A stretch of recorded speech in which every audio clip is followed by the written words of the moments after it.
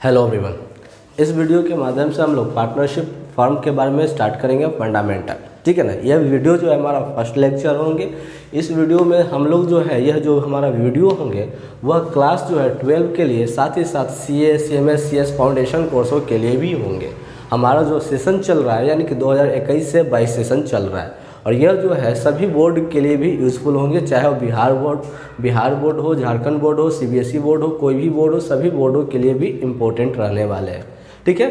हम लोग जो वीडियो के बारे में बनाएंगे, वीडियो जो हमारा जो पूरा ये थ्योरी कंप्लीट कर लेने के बाद जो हम लोग इसका जो क्वेश्चंस हम लोग डील करते हैं ना, तो वो क्वेश्चन जो हम लोग कौन से बुक से चलते हैं, तो हमारे बुक का ऑथर जो है डॉक्टर SK सिंह, यानी कि डॉक्टर SK सिंह का SBPD पब्लिकेशंस का बुक जो है हम लोग यूज करते हैं और SBPD पब्लिकेशन के डॉक्टर SK सिंह के द्वारा लिखा गया जो बुक है उसका सॉल्यूशन हम लोग पूरा फुल्ली सॉल्यूशन हम लोग बनाते हैं। ठीक है। अब अगर आप लोग जो है ऑनलाइन क्लास हमारे यहाँ से करना चाहते हैं तो आपको जो है प्ले स्टोर से DV कॉमर्स क्लासेस के नाम से ऐप सर्च करना पड़ेगा और उसको एडमिट करने के से पहले आपको हमारे वेबसाइट पर जाकर के ऑनलाइन एडमिशन फॉर्म भरना पड़ेगा। ठीक है ना। ऑनलाइन एडमिशन फॉर्म भरने का चार्जेस ऑनलाइन क्लासेस के लिए 250 रुपये है। आपको जब ऑनलाइन फॉर्म भरिएगा उसके बाद ही आपको स्टूडेंट ID प्रोवाइड करवाया जाएगा और वही स्टूडेंट ID और अपना डेट ऑफ बर्थ को डाल करके आप हमारे चैनल पे ये ऐप पर लॉगिन कर सकते हैं। अगर हमारे पास कोई विद्यार्थी ऐसे भी हैं जो ऑफलाइन क्लासेस करना चाहते हैं तो वो हमारे पास जो है हमारा एड्रेस जो है ईस्ट गांधी मैदान, रहमतगंज रोड, मसौरी।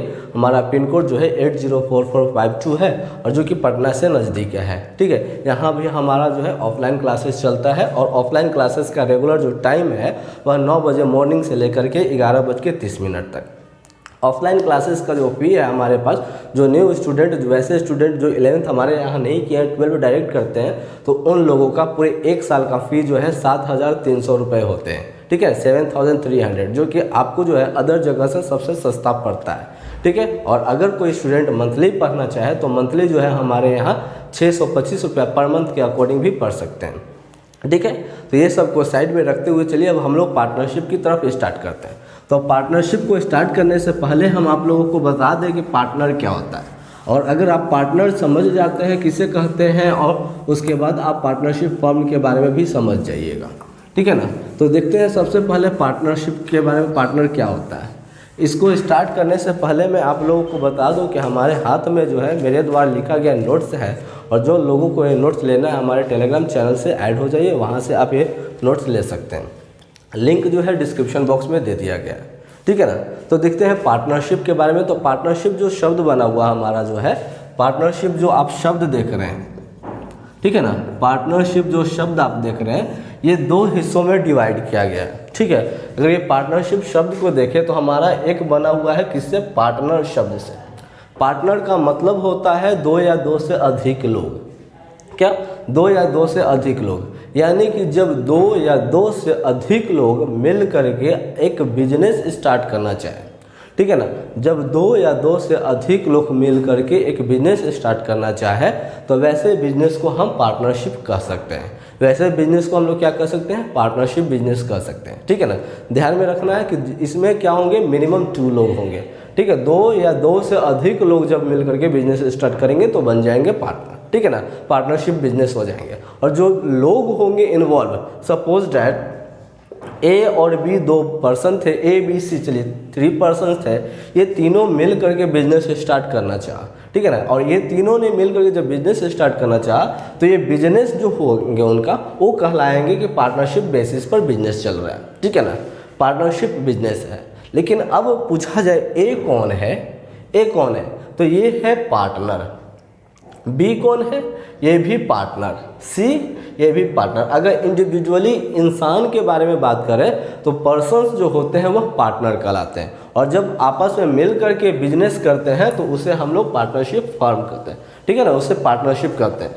देखिएगा एक बात और मैं आपको बता दूं कि पार्टनरशिप बिजनेस में 2 या 2 से अधिक लोग आपस में मिल करके काम करते हैं। ठीक है। ऐसा भी तो हो सकता है ना कि चलिए भाई हम जो है हम एक और साथ अपना साथी रख लेते हैं और चलिए किसी को किडनैपिंग कर रहे हैं। ठीक है, किडनैपिंग करने का काम। अभी तो हमने बताया कि हम पार्टनरशिप में 2 या 2 से अधिक व्यक्ति आपस में मिल करके काम करेंगे तो पार्टनरशिप बन जाएंगे। तो सपोज दैट हम 2 या 2 से अधिक व्यक्ति के साथ मिल करके किडनैपिंग का काम कर रहे हैं, तो क्या इसे पार्टनरशिप कह सकते हैं? ये सोचने वाली बात है। तो देखिएगा, अगर आप जो है 2 या 2 से अधिक व्यक्ति आपस में मिल करके काम करिएगा और साथ ही साथ जो है आपका बिजनेस जो होंगे वह लॉफुल होना चाहिए, लीगल बिजनेस होना चाहिए। अगर आपका बिजनेस इल्लीगल है, इल्लीगल एक्टिविटीज़ को आप काम कर रहे हैं, इल्लीगल एक्टिविटीज़ पर, तो आपका वो बिजनेस पार्टनरशिप नहीं कहलाएगा, ठीक है ना। यानी कि पार्टनरशिप में क्या होने चाहिए, आपका बिजनेस जो है लीगल होना चाहिए, लॉफुल होना चाहिए, ठीक है। अगर आपका बिजनेस लॉफुल होता है, अगर आप जो है पूरा लॉफुल काम करते हैं, इल्लीगल नहीं है आपका व्यवसाय, तो आप कह सकते हैं कि हम पार्टनरशिप कर रहे हैं, ठीक है ना। तो चलिए इस नोट्स का हेल्प थोड़ा सा ले ले और इसके बाद हम लोग समझने का प्रयास करते हैं। तो देखिए इसमें लिखा गया है कि व्हेन 2 और more than 2 person enter into an agreement, जब 2 या 2 से अधिक लोग आपस में मिल करके काम करेंगे, ठीक है ना। जब 2 या 2 से अधिक लोग आपस में मिल करके काम करेंगे, एक एग्रीमेंट बनाएंगे, ठीक है ना। एग्रीमेंट जो होंगे वो पार्टनरशिप डीड के बारे में होते हैं, वो हम आपको बाद में बताएंगे। यानी कि अभी इतना समझिए कि जब 2 या 2 से अधिक व्यक्ति आपस में मिल करके काम करेंगे तो वैसे व्यवसाय को हम लोग क्या कहेंगे, पार्टनरशिप बिजनेस कहेंगे, ठीक है। इसमें एक बात पर ध्यान देना है कि सिर्फ काम ही नहीं करना है, काम के साथ साथ प्रॉफिट या लॉस जो भी होंगे उसको भी शेयर करना है। यानी कि अगर आप बोले तो पार्टनरशिप बिजनेस किसको कह सकते हैं, जब 2 या 2 से अधिक लोग आपस में मिल करके काम करेंगे और अपना प्रॉफिट या लॉस को शेयर करेंगे, तो हम कह सकते हैं कि वो पार्टनरशिप बिजनेस कर रहे हैं। या बिजनेस कैसा होना चाहिए, लॉफुल होना चाहिए, इल्लीगल एक्टिविटीज़ इसमें नहीं इन्वॉल्व होना चाहिए, ठीक है ना। अब देखिएगा, हर एक चीज़ का एक जो होता है एक्ट लागू किया जाता है ना। हर चीज़ का एक एक्ट होता है और हमारा जो है पार्टनरशिप एक्ट एक है, ठीक है। पार्टनरशिप एक्ट, और ये पार्टनरशिप एक्ट जो है 1932 में बना था। कब बना था, 1932 में। अगर पार्टनरशिप एक्ट 1932 के सेक्शन 4 में अगर चलिएगा, ठीक है ना, सेक्शन 4 में, पार्टनरशिप एक्ट 1932 के सेक्शन 4 में तो पार्टनरशिप का डिफाइन किया गया है और उसमें लिखा गया है कि partnership is the relationship between partnership is the relationship between persons who agreed to share profit of a business carried on by all or any of them acting for all. इसको ध्यान से समझिए। Partnership is the relationship between person, partnership जो होता है लोगों के बीच का संबंध होता है। जैसे ए बी सी हमने यहाँ बताया था, तो ए बी सी का बीच का जो रिलेशन होते हैं वो पार्टनर कहलाते हैं। और ये लोग जो है अपना प्रॉफिट को शेयर करेंगे, ठीक है ना। ये लोग अपना क्या करेंगे, जनरली प्रॉफिट शेयर करेंगे। प्रॉफिट शेयर करने का मतलब क्या होता है, देखिएगा, अब एक व्यवसाय में प्रॉफिट के साथ साथ लॉस भी होता है, लेकिन जनरली हम यह मान करके चलते हैं कि हम जो व्यवसाय करेंगे, बिजनेस करेंगे, उसमें हमें प्रॉफिट ही मिलेगा, ठीक है ना। तो यह मान करके चला जाता है। इसलिए इसमें लिखा गया है पार्टनरशिप एक्ट 1932 के सेक्शन 4 में कि पार्टनरशिप जो होंगे वो क्या होंगे, एक रिलेशन होंगे पर्सन्स के बीच में जो अपना प्रॉफिट को शेयर करेंगे, ठीक है। इसमें से मान के चलिए कि आपका जो था 3 पार्टनर्स थे, ठीक है। Suppose at A B C 3 partners थे, तो ये तीनों पर्सन मिल करके काम करेंगे।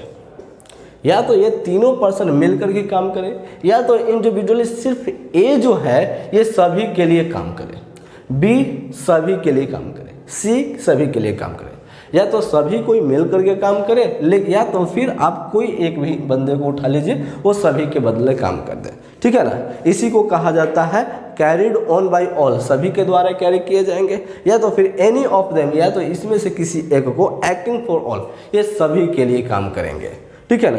ये हो गया हमारा पार्टनरशिप का डिफिनेशन।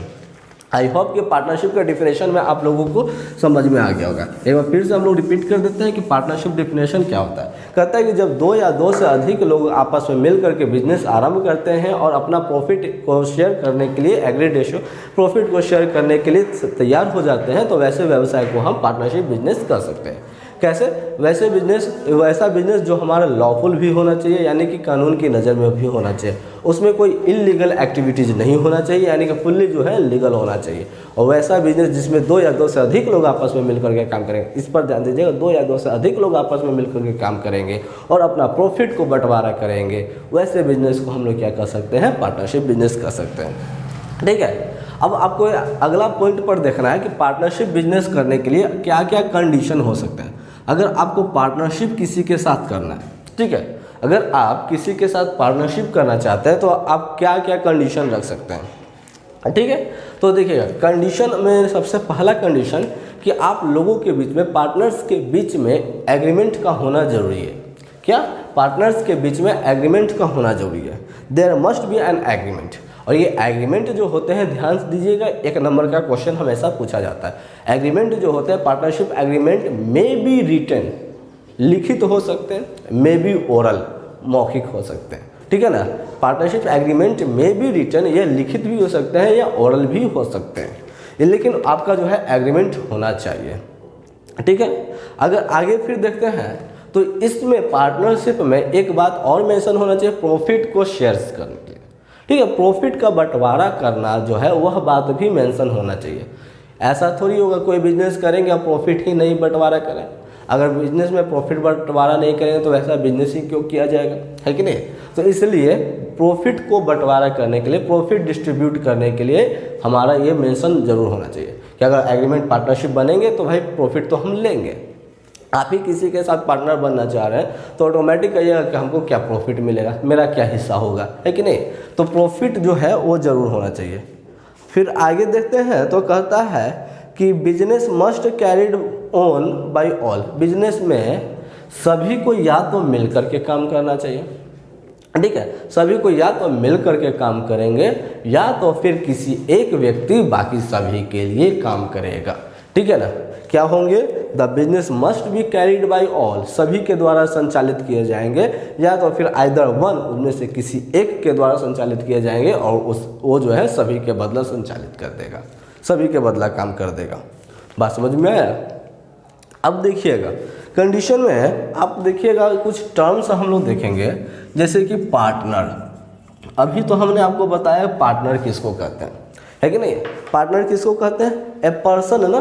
पार्टनर कौन होता है? एक पर्सन होता है। पार्टनरशिप पर्सन नहीं होता, पार्टनर एक पर्सन होता है। पार्टनरशिप जो होता है एक रिलेशन होता है 2 व्यक्तियों के बीच का, लेकिन पार्टनर एक पर्सन को कह सकते हैं, यानी कि a person who entered into partnership with other. एक ऐसा इंसान जो दूसरे इंसान के साथ, एक ऐसा इंसान जो दूसरे इंसान के साथ बिजनेस में आता है, तो वह इंसान, पर्सन को हम लोग पार्टनर कह सकते हैं।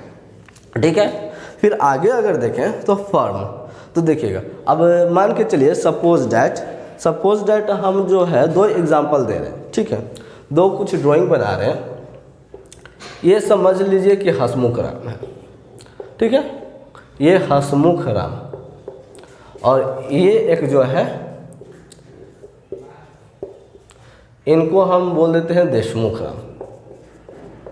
ठीक है, अब देखिएगा, हसमुख राम और देशमुख राम, ये दोनों मिलकर के बिजनेस करना चाह रहे हैं।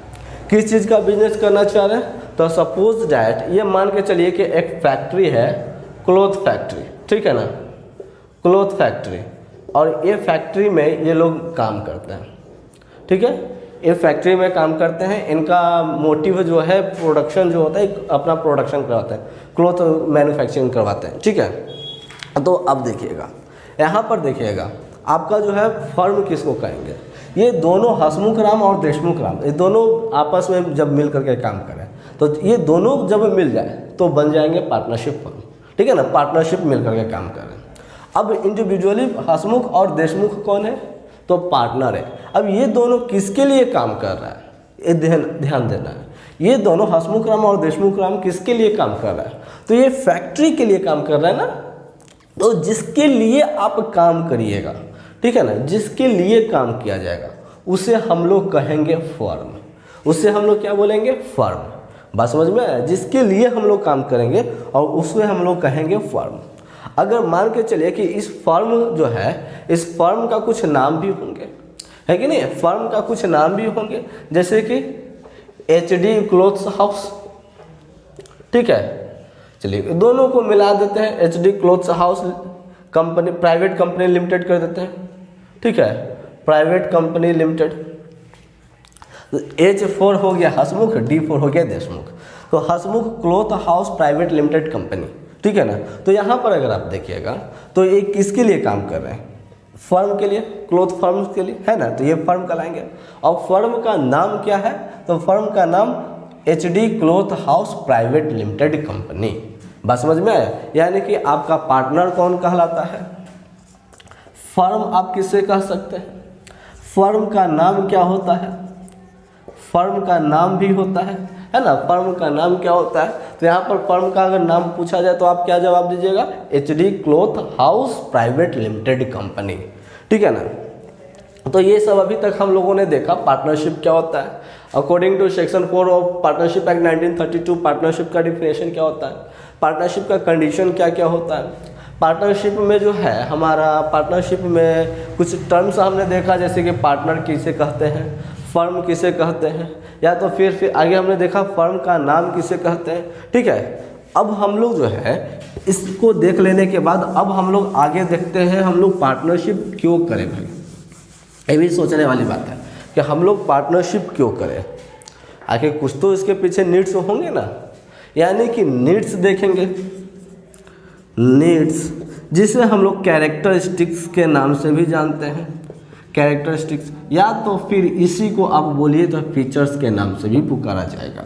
यानी कि नीड्स ऑफ पार्टनरशिप, क्यों जरूरत पड़ेगा भाई पार्टनरशिप करना, विशेषता क्या होगा इसका, कैरेक्टरिस्टिक्स क्या होंगे, ठीक है, फीचर्स इसमें क्या क्या होंगे, वो सब पर ध्यान देना है।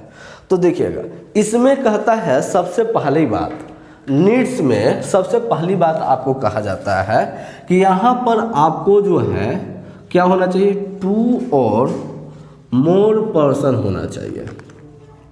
बात समझ में आया। अगर पार्टनरशिप अगर आपको करना है, ठीक है, तो 2 या 2 से अधिक लोग होना चाहिए।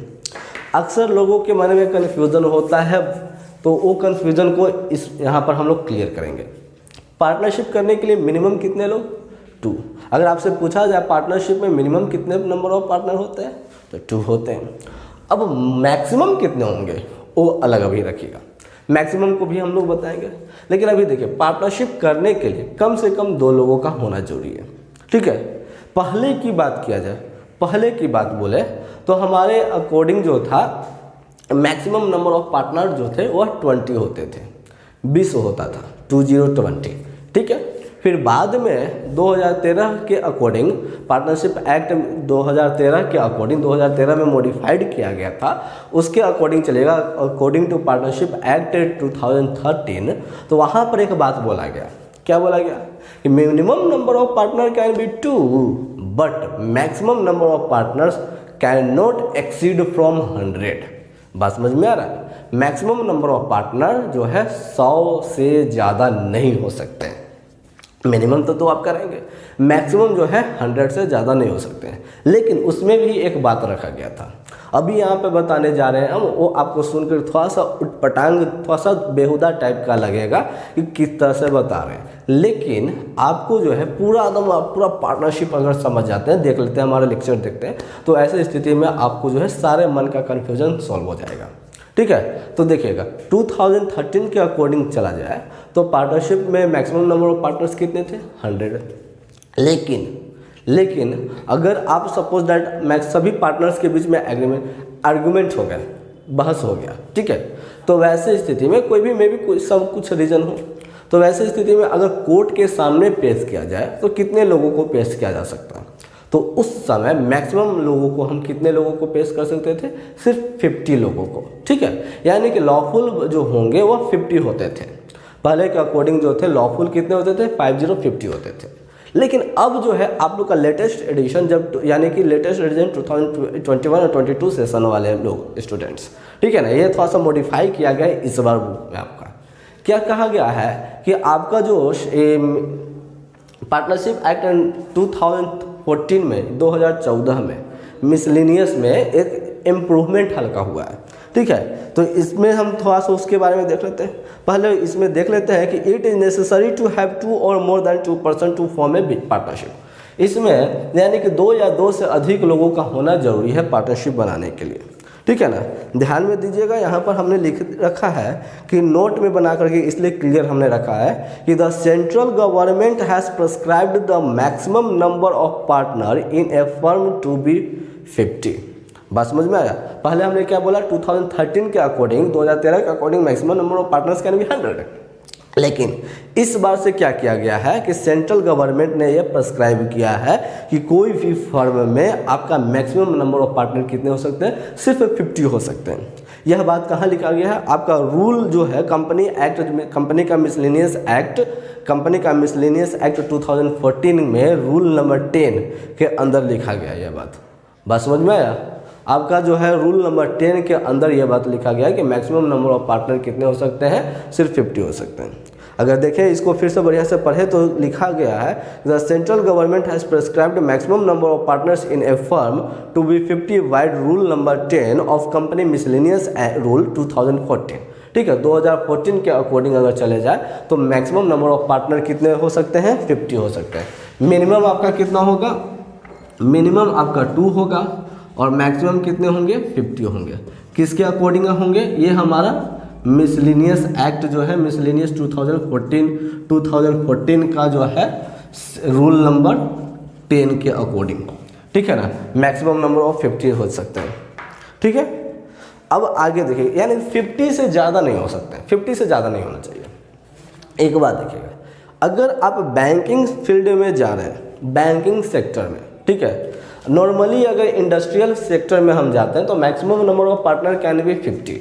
लेकिन अगर हम बैंकिंग सेक्टर में जा रहे हैं, ठीक है, अगर हम लोग बैंकिंग सेक्टर में जा रहे हैं तो हमारा मैक्सिमम नंबर ऑफ पार्टनर जो हैं वह सिर्फ 10 होंगे, 10 होंगे, ठीक है। बैंकिंग सेक्टर में मैक्सिमम नंबर ऑफ पार्टनर कितने होते हैं, 10 होते हैं।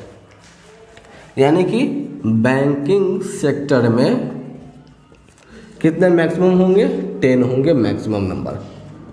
बस समझ में आया, maximum number of partner in A banking sector can be 10। अब आगे देखते हैं, पहला पॉइंट आपका था 2 और मोर पर्सन, 2 या 2 से अधिक लोग होंगे। सेकंड पॉइंट अगर देखा जाए तो कहता है कि एक एग्रीमेंट होना चाहिए, ठीक है, एक एग्रीमेंट का होना भी जरूरी है। देखिएगा एग्रीमेंट क्या होता है, कहता है कि there should be an agreement, सभी के बीच में एक एग्रीमेंट का होना जरूरी है। दिस कैन बी रिटन और इन ओरल इन फॉर्म, यह जो है लिखित या तो ओरल भी हो सकते हैं, ठीक है, यह जो है लिखित या तो ओरल भी हो सकते हैं। It is done for making business lawful, क्यों बनाए जाते हैं, आपका एग्रीमेंट क्यों किए जाएंगे। सपोज दैट हसमुख राम और देशमुख राम यहाँ पर जो था, दोनों पार्टनर था। अब अभी जो है दोनों ने यह डिसाइड किया था कि देखो भाई बात है ऐसा कि सबसे बड़ा है पैसा। अब हम लोग जितना भी प्रॉफिट कमाएंगे दोनों का 50-50 करेंगे। बात समझ में आ रहा है, दोनों का 50-50 करेंगे। कुछ पल बीत गए, कुछ महीने बीत गए, अब हसमुख राम के मन में आ गया लालच। अब बोलता है कि देखो भाई बात है कि ऐसा काम करते हैं हम सबसे ज़्यादा, ठीक है, इसलिए अब जो है हम तुमको 50% पहले देते थे, 50% हम रखते थे, लेकिन अब जो है हम तुमको सिर्फ 30% देंगे और 70% 70% हम खुद रखेंगे। अब खुद सोचिए, अगर आपके साथ ऐसा केस हो तो आप एक्सेप्ट करिएगा, इसे नहीं करेंगे तो आप इसको क्या करिएगा, इसके अगेंस्ट केस करेंगे, है ना। हम लोग पहले केस करेंगे तो ऐसे स्थिति में फिर हम लोग कोर्ट में जाएंगे। तो कोर्ट में जाने के बाद क्या होगा, आपका जो है कोर्ट का जज जो है वो क्या बोलेगा, कोई प्रूफ दो, कोई प्रूफ दीजिए, है कि नहीं है। तो ऐसी स्थिति में आपके पास क्या कोई प्रूफ है, नहीं है।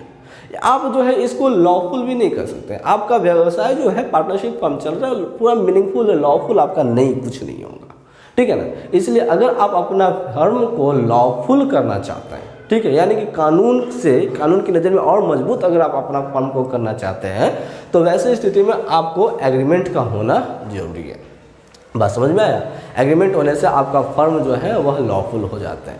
और साथ ही साथ देखिए ओरल या रिटर्न भी होते हैं। अगर ओरल होते हैं तो ओरल के केस में भी आपका जो है वो लॉफुल है, लेकिन उतना वैलिड नहीं माना जाएगा क्योंकि आपके पास कोई एविडेंस नहीं का होंगे, ठीक है ना। तो ऐसे एविडेंस के तौर पर एविडेंस के लिए आपको ज़्यादा बेटर होंगे कि आप इसको रिटर्न बनाएं। एग्रीमेंट को किस फॉर्म में बनाएं? रिटर्न फॉर्म में बनाएं। मे भी ओरल भी हो सकता है। अगर आप नहीं सर पर हथौड़ा चलाना है तो चलाइए, कोई फ़र्क नहीं पड़ता है। लेकिन अगर आप जो है अपना सर को हथौड़ा से लगने से बचाना चाहते हैं तो it is better to prepare, आपका जो है वो रिटर्न होना चाहिए। ठीक है, अब आगे देखते हैं, थर्ड पॉइंट आगे देखते हैं। तो कहता है कि यह आपका जो बिजनेस होंगे वह लॉफुल होना चाहिए, यानी कि लॉफुल बिजनेस होना चाहिए। ठीक है, आपको देखिएगा, अब जो भी बिजनेस करिएगा, जो भी आपका बिजनेस होंगे वो लॉफुल होना चाहिए। ठीक है, लॉफुल कैसे होंगे? ये सोचने वाली बात है कि लॉफुल कैसे होंगे। तो लॉफुल होने के लिए आपका काम जो है वह लीगल होना चाहिए। अभी हमने बताया था कि दो आदमी जो थे मिल करके, स्टार्टिंग में बताया था कि दो आदमी मिल गए और बिजनेस वो किडनैपिंग का काम कर रहे हैं, तो क्या इसे पार्टनरशिप फर्म कहेंगे? इसे पार्टनरशिप फर्म नहीं कहेंगे। क्यों नहीं कहेंगे? क्योंकि यह जो है लॉफुल नहीं है। यानी कि अगर आप अपना बिजनेस को लीगल रूप से काम करते हैं, लीगल रूप तौर पे काम करने के लिए आपका व्यवसाय का लॉफुल होना भी जरूरी है।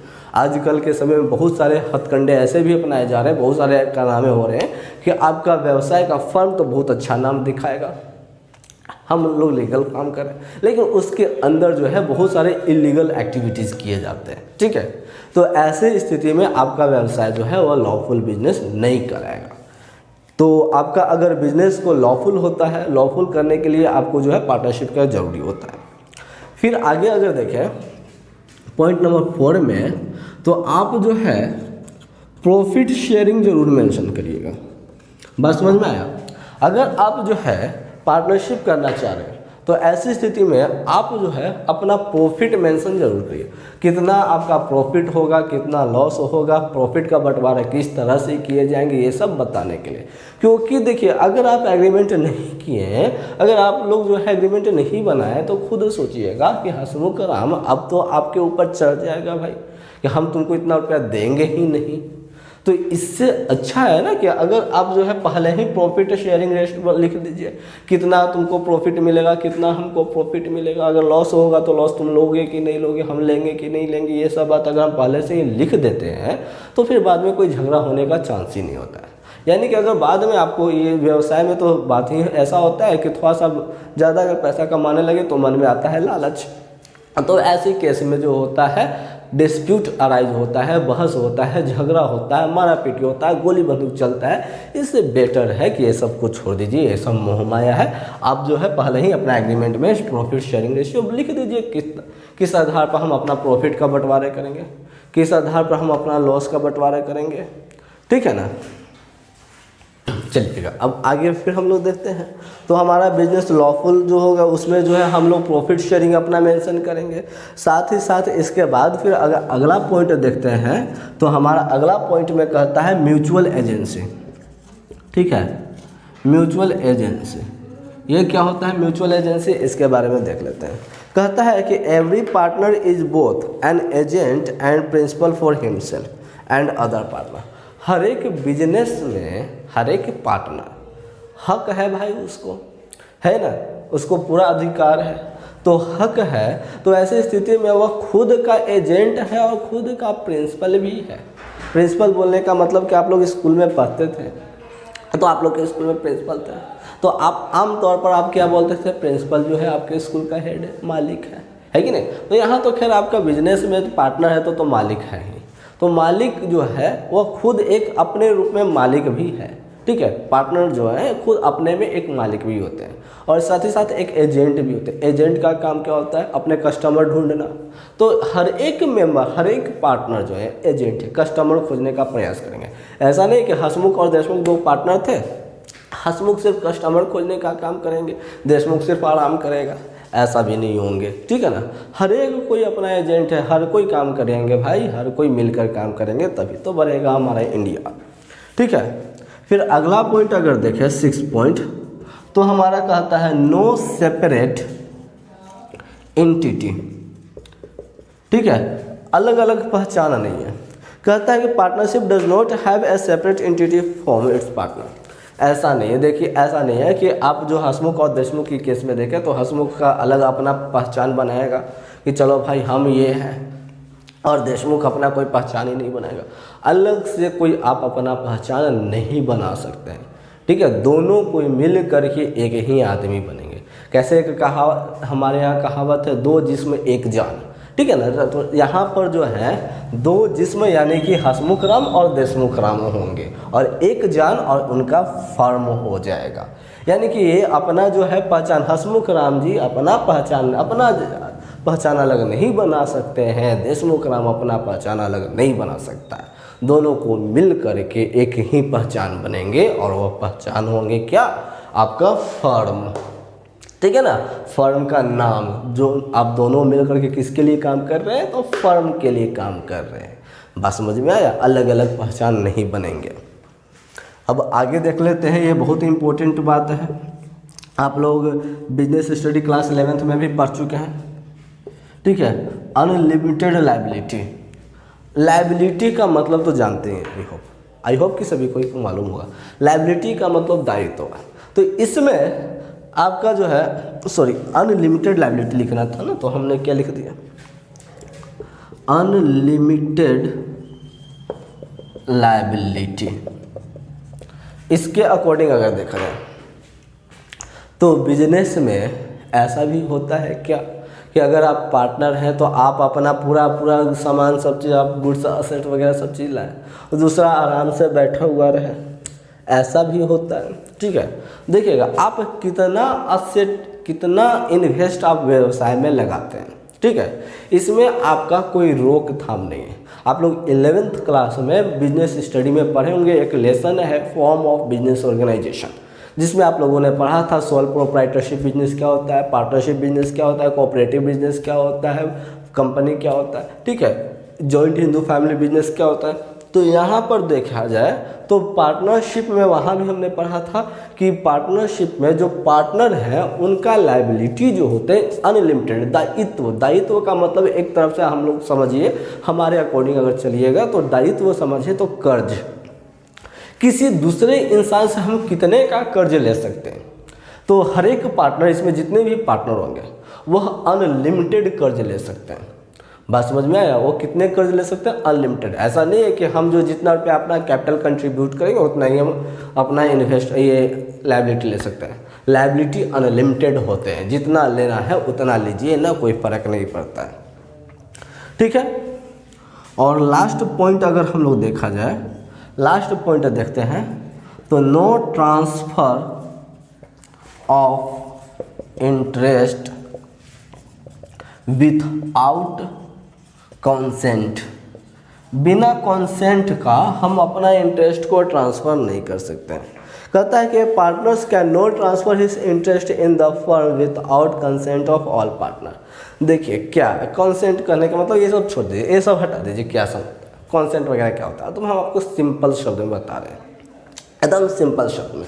देखिएगा, अगर सपोज डैट ए जो था, ए जो है ये हो गया आपका बी, ठीक है, एक और हो गया, ये हो गया सी। चलिए हम एक और रख देते हैं, ये इसे हम लोग कर देते हैं डी। अब आप लोग को लग रहा हो कि ए बी सी डी क्या है भाई, तो देखा जाए तो A B C are partner in the firm. A B C तीनों फर्म का पार्टनर है, बस समझ में, तीनों कोई मिल करके काम करते हैं। अब यहाँ पर आपका बात यह हुआ कि सी को, चलिए सी ने बोला कि आज हम ऑफिस नहीं जाएंगे, ठीक है, आज मेरा ऑफिस का काम जो है, मेरे ऑफिस का काम जाओ भाई डी कर दो, ठीक है। तो ऐसा नहीं कर सकते हैं, अपना इंटरेस्ट का ट्रांसफ़र किसी दूसरे के ऊपर डेलीगेट नहीं कर सकते हैं without consent of A and B, यानी कि बिना ए और बी की सहमति के बिना आप जो है दूसरे व्यक्ति को अपना काम सौंप नहीं सकते हैं। बात समझ में आया, यानी कि अगर अपना काम आप जो है दूसरे व्यक्ति पर नहीं सौंप सकते जब तक, कब तक, जब तक आप जो है ए और बी बाकी रिमेनिंग पार्टनर से उसके बारे में परमिशन ना ले लें।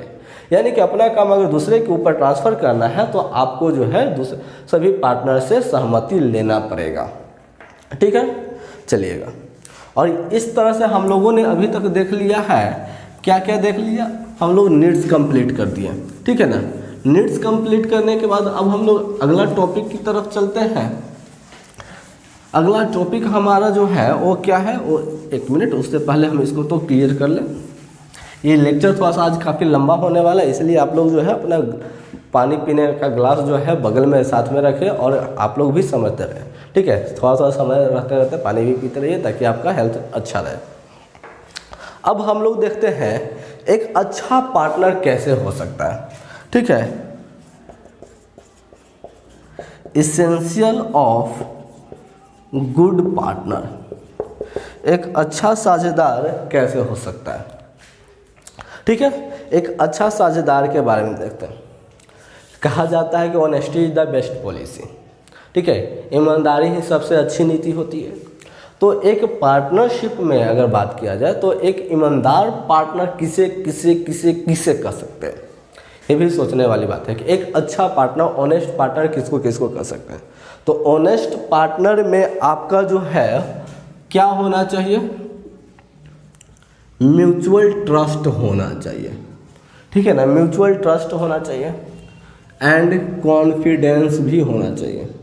देखिएगा, म्यूचुअल ट्रस्ट एंड कॉन्फिडेंस से क्या आप समझते हैं। Mutual trust and confidence, mutual का मतलब दोनों कोई, म्यूचुअल का मतलब दोनों कोई, यानी कि हम और सपोज डैट आप एक बेटर एग्जांपल आप देखिए, suppose that black and blue are partner in a firm.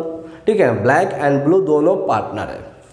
अब ये ब्लैक जो है पूरा ये ब्लू जो है पूरे ब्लैक पर अपना ट्रस्ट रखेगा कि चलो भाई ब्लैक जो है कभी भी कोई गलत काम नहीं कर सकता, हमारे फर्म के अगेंस्ट नहीं जा सकता है। सिमिलरली ब्लैक भी ब्लू के ऊपर यही रिस्पॉन्सिबिलिटी, ब्लू के ऊपर भी यही थॉट रखेगा कि मेरा ब्लू जो है फर्म के अगेंस्ट यानी कि मेरे अगेंस्ट नहीं जा सकता है। यानी कि यहाँ पर दोनों कोई जो है एक दूसरे के ऊपर अपना भरोसा विश्वास रख रहा है, इसे कहते हैं म्यूचुअल ट्रस्ट है। ठीक है, एंड कॉन्फिडेंस भी होना चाहिए। कॉन्फिडेंस बोलने का मतलब कि अगर जो है सपोज दैट आप लोगों ने, इसे बताने से पहले आप समझिए, आप लोगों ने कितने सारे ऐसे स्टूडेंट होंगे, बहुत सारे ऐसे स्टूडेंट्स होंगे जो रॉ मूवी देखते होंगे, यानी कि रॉ एजेंट वाला मूवी देखते हैं। तो उसमें अक्सर क्या दिखाया जाता है कि शुरू में जब दिखाया जाता है कि मिशन कैंसिल, फिर बाद में पता चलता है कि मिशन इज़ ऑन, मिशन चालू है लेकिन थोड़ा सा कवर चेंज हो गया दूसरे तरीक़ा से। तो यानी कि वहाँ कॉन्फिडेंस जो होता है वह कम नहीं होता है किसी के ऊपर, जो भी साथी होते हैं उस साथी के ऊपर जो है कॉन्फिडेंस कम नहीं होता। यानी कि यहाँ पर जो भी मेंबर होंगे वो सभी मेंबर जो होंगे, सभी सदस्य जो होंगे एक दूसरे के ऊपर अपना फुल कॉन्फिडेंस रखेंगे। यानी कि एन आइडियल पार्टनर, एक ईमानदार पार्टनर वही पार्टनर है is one who where there is mutual trust, जहाँ पर म्यूचुअल ट्रस्ट होता है, कॉन्फिडेंस होता है, हेल्प, एक दूसरे को हेल्पफुल करते हैं, एक दूसरे को अपना गुडविल शेयर करते हैं। गुडविल अच्छा इच्छा, ठीक है, गुड का मतलब अच्छा, विल का मतलब इच्छा, अच्छा इच्छा, यानी कि बोलने का मतलब अच्छाई बुरा, अच्छाई जो होते हैं। ठीक है, देखिएगा गुडविल जो होता है हम लोग इसके बाद वाले लेसन में पढ़ेंगे गुडविल किस तरह से होते हैं, गुडविल क्या होता है। ठीक है ना, तो उससे पहले जो है हम थोड़ा सा गुडविल के बारे में कुछ बताना चाहेंगे। आप लोग को हमने पहले ही बताया है कि यहाँ पर हम लोग कुछ ऐसे बहुत सारे टर्म्स ऐसे पढ़ने वाले हैं जहाँ से सुन करके आपका ये स्क्रू ढीला हो जाएगा, उल्टा फुल्टा समझ लेंगे, सब उल्टा समझेंगे हम लोग। गुडविल का मतलब होता है अच्छा, गुड का मतलब अच्छा, विल का मतलब इच्छा, यानी कि अच्छा और इच्छा, अच्छाई। ठीक है ना, किसी भी पर्सन का अच्छाई को हम लोग गुडविल कर सकते हैं। ठीक है, अब यहाँ पर हम लोग क्या करते हैं भाई, टेबल के अंदर वाला काम करते हैं। ठीक है, तो टेबल के अंदर वाला काम करते हैं यानी कि अपना अच्छाई को भी एक मॉनेटरी फॉर्म में कन्वर्ट कर लेते हैं। ठीक है, अच्छाई को मॉनेटरी फॉर्म में कन्वर्ट करते हैं, उसे गुडविल करते हैं। ठीक है, तो खैर गुडविल के बारे में जब पढ़ेंगे तो उतना बताएंगे बढ़िया से, अभी आप लोगों को सिर्फ कंफ्यूज करने के लिए बात बोला गया। अब आगे देखते हैं honesty in dealing. Honesty in dealing, कभी भी सीरियस पढ़ाई नहीं करना चाहिए। सीरियस पढ़ाई करने से क्या होता है ना, दिमाग पर थोड़ा सा प्रेशर बन जाता है और पढ़ने का फिर मन नहीं करता, उब जाता है इंसान, ठीक है ना। तो इट इज़ बेटर कि आप उबिए नहीं थोड़ा सा, इसलिए आप लोग को भी हम कंफ्यूज करते रहते हैं ताकि आप लोग भी थोड़ा सा कुछ समझ जाइए। अब देखते हैं ऑनेस्टी इन डीलिंग। कहता है कि अगर आप जो है व्यवसाय कर रहे हैं, व्यवसाय चला रहे हैं, तो आपको जो है डीलिंग करने में, पार्टनरशिप में अगर डीलिंग हो रहा है तो डीलिंग करने में आपको ऑनेस्ट का होना जरूरी है। अगर देखा जाए तो according to section 9 of Indian partnership act, partners are bound to carry on the business of the firm to the greater common advantages. कहा गया है हमारा सेक्शन 9 में, पार्टनरशिप एक्ट 9, हमारा पार्टनरशिप एक्ट जो था उसका सेक्शन 9 में यह बात बताया गया है कि अगर आप पार्टनरशिप करना चाह रहे हैं, पार्टनरशिप करते हैं, तो ऐसे केस में आपको जो है ईमानदार होना बहुत ज़्यादा जरूरी है। आपको इस तरह से काम करना ऑनेस्टी के साथ साथ, इसलिए हमने पहले बताया था कि honesty is the best policy. ईमानदारी के साथ साथ इस तरह से आपको काम करना है कि आपका व्यवसाय ज़्यादा एडवांटेजेस कमा सके, ज़्यादा प्रॉफिट होने के लिए, प्रॉफिट अर्न करने के लिए आपको ऑनेस्ट का होना भी बहुत ज़्यादा ज़रूरी होता है, ठीक है। यानी कि आप जो भी डीलिंग करेंगे उस डीलिंग में आपका ऑनेस्टी सब छिपा हुआ रहना चाहिए। इसके बाद फिर आपका जो है पॉइंट है ट्रू एंड फेयर अकाउंट, ठीक है। True and fair account. True का मतलब सच सच, फेयर का मतलब क्लियर क्लियर। यानी कि देखिए क्या होता है कि आप जो है पार्टनर हैं, तो सभी पार्टनर का एक रिस्पॉन्सिबिलिटी यह बनता है, ठीक है ना, यह रिस्पॉन्सिबिलिटी बनता है। यानी कि अच्छा पार्टनर वही पार्टनर को कर सकते हैं जो अपना सारे हिसाब किताब को सच सच लिखे, ट्रू लिखे और क्लियर लिखे, ताकि किसी को बाद में कोई समझ में, ऐसा भी होता है कि हमने लिख दिया इस तरह से, आप लोगों में से बहुत सारे स्टूडेंट्स का ऐसे भी हैंड राइटिंग होता है जिसको बाद में खुद पढ़ने के लिए बोला जाए ना, क्या लिखे थे, तो ऐसा नहीं होना। जब आप खुद नहीं पढ़िएगा तो दूसरा कोई क्या पढ़ पाएगा, ठीक है ना। तो ऐसी स्थिति में क्या होता है कि आपको जो है ट्रू सही बात लिखना है और आपका फेयर होना चाहिए। यानी कि फेयर करने का मतलब क्लियर होना चाहिए ताकि हर कोई समझ सके। और एक बात ध्यान में रखिएगा कि जितने भी पार्टनर होंगे वो सभी पार्टनर को ये काम करना पड़ेगा। सभी पार्टनर अपना अकाउंट बनाएंगे और सभी पार्टनर जो ट्रू एंड फेयर अकाउंट बनाएंगे। इससे एक एडवांटेज ये होता है, कभी भी आप किसी भी पार्टनर से अपना मैच कर देखिएगा, अकाउंट मैच करिएगा तो दोनों का अकाउंट्स मैच करना चाहिए। मैच करने से क्या होता है ना, डिस्प्यूट कम होने का चांस होता है, झगड़ा कम होने का चांस होता है, ठीक है। फिर आगे देखते हैं अगला पॉइंट की तरफ। तो कहता है कि ऑनरिंग HONOU और ऑनरिंग द पार्टनरशिप डीड, ठीक है। ऑनरिंग द पार्टनरशिप डीड ये क्या होता है? तो कहता है कि must render himself all time. देखिए कहता है कि ऐसा नहीं होना चाहिए कि आप जो है दो या दो से अधिक हसमुख और देशमुख राम जैसे थे, यहाँ पर दो पार्टनर थे। अब कोई काम करने की बारी आया तो हसमुख बोलेगा जाओ भाई देशमुख तुम ही कर लो, हर समय कहता है। एक बार की रहे तो छोड़ दीजिए मान के चलते, लेकिन जब काम करने के बोला जाए ना, जाओ ना तुम खुद कर लो ना, ऐसा नहीं होना चाहिए।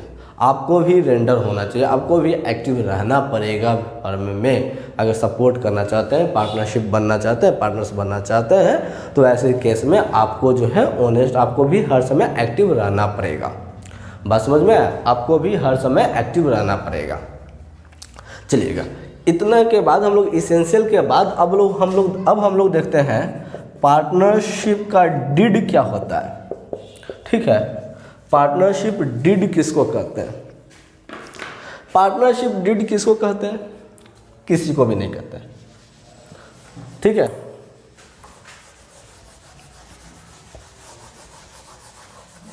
चलिएगा, अब देखते हैं पार्टनरशिप डीड किसी को भी नहीं कहते। कहने का मतलब कि मान के चलिए कि ये हमारा नोट्स है, ठीक है। इसमें हम क्या क्या पढ़ाए हम इसमें लिखे हुए हैं। तब पार्टनरशिप करिएगा तो अभी कहीं लिखिएगा ना जी, एकदम लिखेंगे तो लिखिएगा, वही आपका हो जाएगा पार्टनरशिप डीड। यानी कि पार्टनरशिप डीड जो होता है वह क्या होता है, a written document containing the terms of an agreement between partners pertaining the right and duties of partner is known as partnership deed. ठीक है, पार्टनरशिप डीड किसको कहते हैं, एक ऐसा रिटन डॉक्यूमेंट होता है जिसमें हर एक पार्टनर्स का राइट क्या है, अधिकार क्या है, ड्यूटीज क्या है, रिस्पॉन्सिबिलिटीज क्या है, प्रॉफिट शेयरिंग, जो भी सारी बात जो है वह लिखा जाएंगे पार्टनरशिप डीड के अंदर। सपोज दैट यही हमारा है पेपर, इस पर हमने सभी पार्टनर्स का राइट एंड ड्यूटी, हर एक रेस्पॉन्सिबिलिटी को, हर एक एक्टिविटीज़ को, किसको कितना रुपया प्रॉफिट मिलेगा, कितना शेयर हम देंगे, कितना का हम प्रॉफिट उसको डिस्ट्रीब्यूट करेंगे, कितना सैलरी देंगे, क्या वो कर सकता है, क्या नहीं कर सकता है, सारी बातें अगर हम इसमें लिख देते हैं तो ये हमारा कहलाएगा पार्टनरशिप डीड। ठीक है ना। पार्टनरशिप डीड को हम लोग आर्टिकल ऑफ पार्टनरशिप के नाम से भी जानते हैं। पार्टनरशिप डीड को हम लोग आर्टिकल ऑफ पार्टनरशिप के नाम से भी जानते हैं। ठीक है, एक आपका पार्टनरशिप डीड जो होते हैं इसमें यह जो होता है या तो रिटन हो सकते हैं या तो ओरल हो सकता है। पार्टनरशिप डीड या तो आपका रिटन हो सकते हैं या तो ओरल हो सकते हैं। ठीक है, ज़्यादा लेकिन बेटर है कि आप रिटर्न करें, ज़्यादा बेटर क्या है, आप इसे रिटर्न करें। अब देखा जाए पार्टनरशिप डीड में कंटेंट क्या क्या होंगे, क्या क्या जनरली लिखा जाएगा। ठीक है, पार्टनरशिप डीड में क्या क्या जनरल लिखा जाएगा तो ये तो आप खुद बता सकते हैं, जैसे कि नाम, ठीक है, एड्रेस बिजनेस का, name and address of business होंगे, हर एक पार्टनर कितना रुपया कैपिटल कंट्रीब्यूट कर रहे हैं, अगर वो कैपिटल कंट्रीब्यूट करता है तो उसको कितना परसेंट इंटरेस्ट दिया जाए, कितना परसेंट ड्राइंग पर इंटरेस्ट लिया जाए, कितना का प्रॉफिट शेयरिंग किया जाएगा, कितना वो प्रॉफिट लेगा, हमारा प्रॉफिट शेयरिंग रेशियो मेंटेन किया जाएगा, हमारा बिजनेस कितने समय के लिए चलाए जाएंगे पार्टनरशिप मिल करके, गुडविल, हर एक पार्टनर को गुडविल लाना होता है। जब नया पार्टनर इन्वॉल्व होता है तो कैपिटल के साथ साथ गुडविल लाता है, तो गुडविल कितना लाएगा, गुडविल का कैलकुलेशन किस तरह से किया जाएगा। गुडविल का कैलकुलेशन 3 तरह से किए जाते हैं, नॉर्मल प्रॉफिट मेथड से, एवरेज प्रॉफिट मेथड से और फिर कैपिटलाइजेशन मेथड से, जिसको हम लोग सुपर प्रॉफिट मेथड कहते हैं। तो ये 3 तरह से किए जाते हैं। तो कौन से तरीके से गुडविल का कैलकुलेशन किए जाएंगे, पार्टनर्स का क्या राइट होंगे, क्या ड्यूटीज होंगे, क्या क्या उनको करने का अधिकार होगा, किस तरह से हमारे पार्टनरशिप फर्म के अंदर एडमिशन लिए जाएंगे, किस तरह से हमारा कोई पार्टनर रिटायर होगा तो क्या प्रोसेस होगा, हम जो है फर्म का किस तरह से अकाउंट तैयार करते हैं, अगर मान के चलिए कि सभी पार्टनर्स के बीच में डिस्प्यूट होता है, झगड़ा होता है तो किस तरह से उसको ठीक किया जाएगा, अकाउंट्स कैसे बनाए जाएंगे, और बहुत सारे बातें जो होते हैं हमारे पार्टनरशिप डीड के अंदर मेंशन किए जाते हैं। ठीक है ना। तो अब हम लोग देखते हैं अगर पार्टनरशिप डीड नहीं रहा तो, पार्टनरशिप डीड रहा तो बहुत अच्छी बात है, कोई झमेला ही नहीं, कोई टेंशन ही नहीं लेना है। और अगर आपका पार्टनरशिप डीड नहीं रहा तो, यानी कि in the absence of partnership deed, देखिए पार्टनरशिप डीड रहेगा तो कोई दिक्कत ही नहीं है, सारी बातें जो है आपको इसी के अंदर मेंशन किया हुआ रहेगा। और अगर पार्टनरशिप डीड आपका ने नहीं बना रखा है, अगर आपने पार्टनरशिप डीड नहीं बना रखा है तो ऐसे केस में आप क्या कर सकते हैं, तो ऐसी केस में आपको जो है कुछ बातों पर ध्यान देना है। अगर पार्टनरशिप डीड नहीं रहा तो आप जो है सैलरी और कमीशन किस तरह से दिया जाएगा, क्योंकि पार्टनरशिप डीड रहेगा तो सैलरी कमीशन के बारे में ऑलरेडी मेंशन रहेगा। और अगर पार्टनरशिप डीड नहीं बनाया तो अगर पार्टनरशिप डीड नहीं बनाइएगा तो कोई भी पार्टनर को, पार्टनरशिप डीड नहीं है तो कोई भी पार्टनर को सैलरी नहीं दिया जाएगा या कमीशन नहीं दिया जाएगा। यह बातें हमारा लिखा गया है पार्टनरशिप एक्ट 1932 के सेक्शन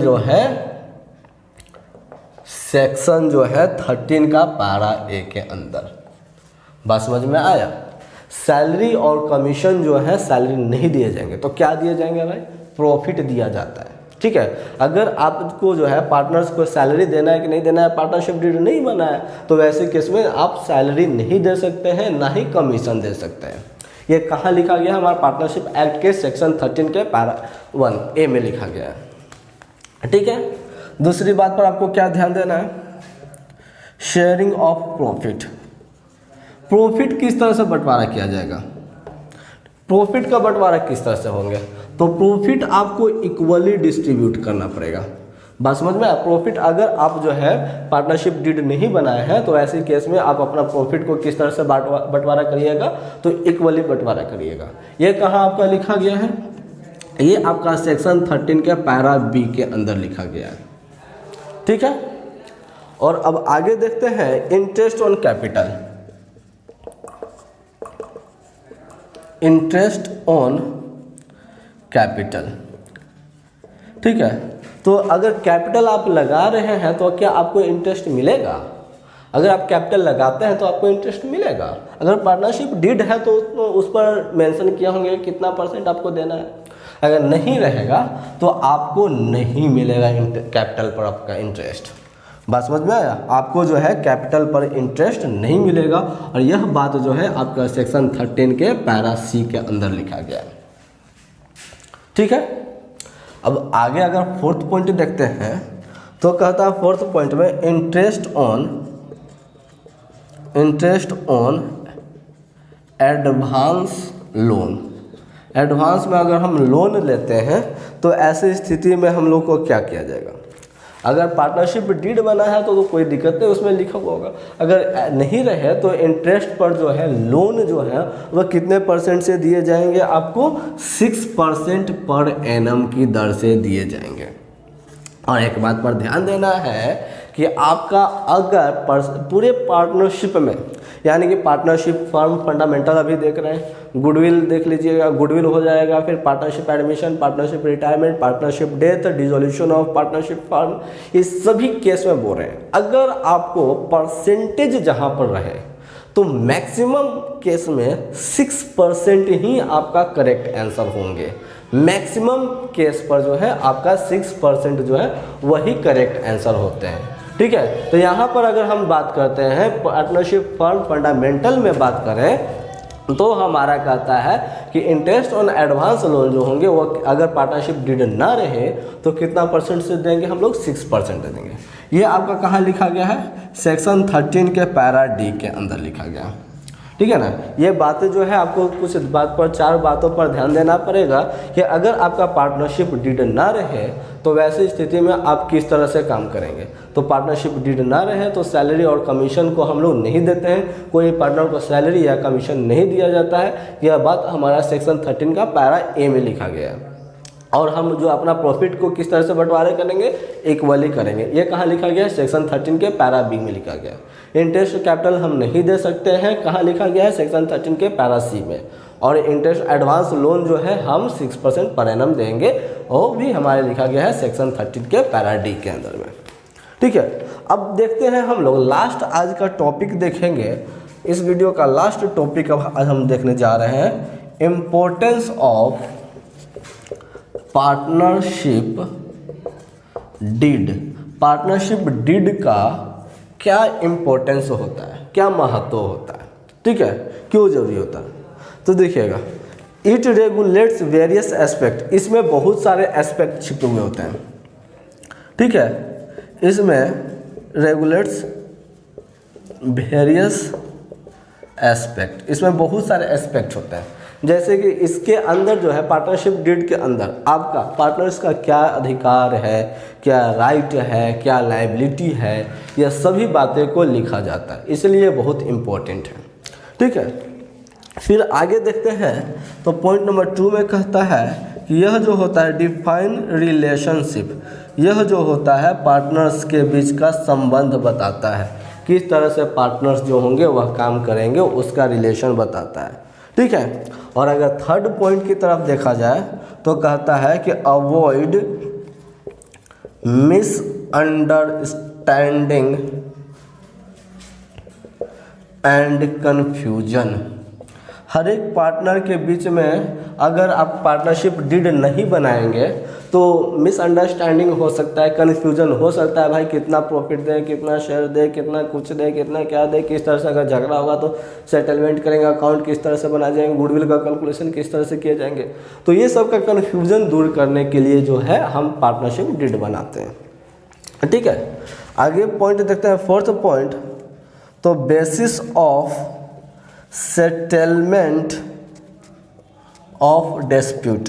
अगर डिस्प्यूट हो जाए, झगड़ा हो जाए, बहस हो जाए, तो वैसी स्थिति में किस तरह से उसका निपटारा किया जाएगा, किस तरह से हम उसको सॉल्व आउट करेंगे, यह भी बात जो होता है आपका पार्टनरशिप डीड के अंदर लिखा जाता है, ठीक है, इसलिए भी बनाते हैं।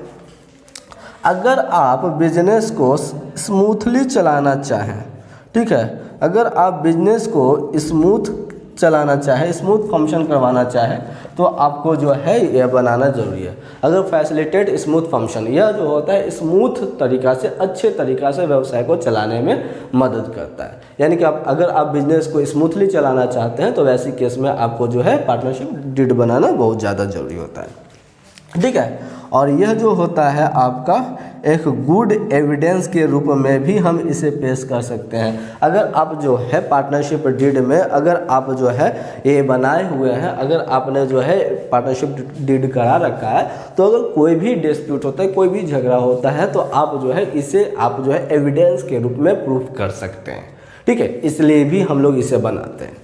यानी कि आज तक अभी हम लोगों ने क्या क्या देखा, अभी एक शॉर्ट समरी निकाल ले, तो अभी तक हम लोगों ने पार्टनरशिप फर्म के बारे में डिफिनेशन देखे। अकॉर्डिंग टू पार्टनरशिप एक्ट 1932 और सेक्शन 4 में पार्टनरशिप का क्या डिफिनेशन होता है, पार्टनर्स को बनने के लिए क्या क्या कंडीशन हो सकते हैं, कुछ टर्म्स देखे हमने, जैसा कि पार्टनर्स क्या होता है, फर्म क्या होता है, फर्म्स का नाम किसे कहते हैं, पार्टनरशिप का क्या कैरेक्टरिस्टिक्स होता है, क्या विशेषता होता है, पार्टनरशिप क्यों हम लोग किया जाता है, एक गुड पार्टनरशिप कैसे होता है, पार्टनरशिप डीड क्या होता है, पार्टनरशिप डीड में क्या क्या सी बातें आते हैं, क्या क्या कंटेंट होते हैं, और अगर पार्टनरशिप डीड ना रहे तो आपको क्या क्या बातों पर फॉलो करना होता है, जैसे कि सैलरी ऑफ कमीशन दिया जाएगा कि नहीं दिया जाएगा, सैलरी आप प्रॉफिट को शेयर करेंगे कि नहीं करेंगे, इंटरेस्ट ऑन कैपिटल देंगे कि नहीं देंगे, एडवांस लोन पर देंगे कि नहीं देंगे, अगर देंगे तो कितना परसेंट देंगे।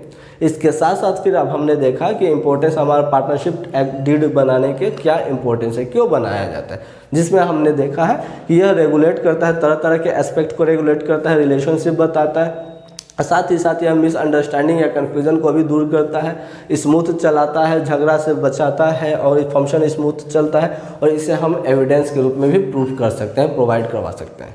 तब तक के लिए रुकते हैं, अगले वीडियो में मिलते हैं अगले टॉपिक के साथ।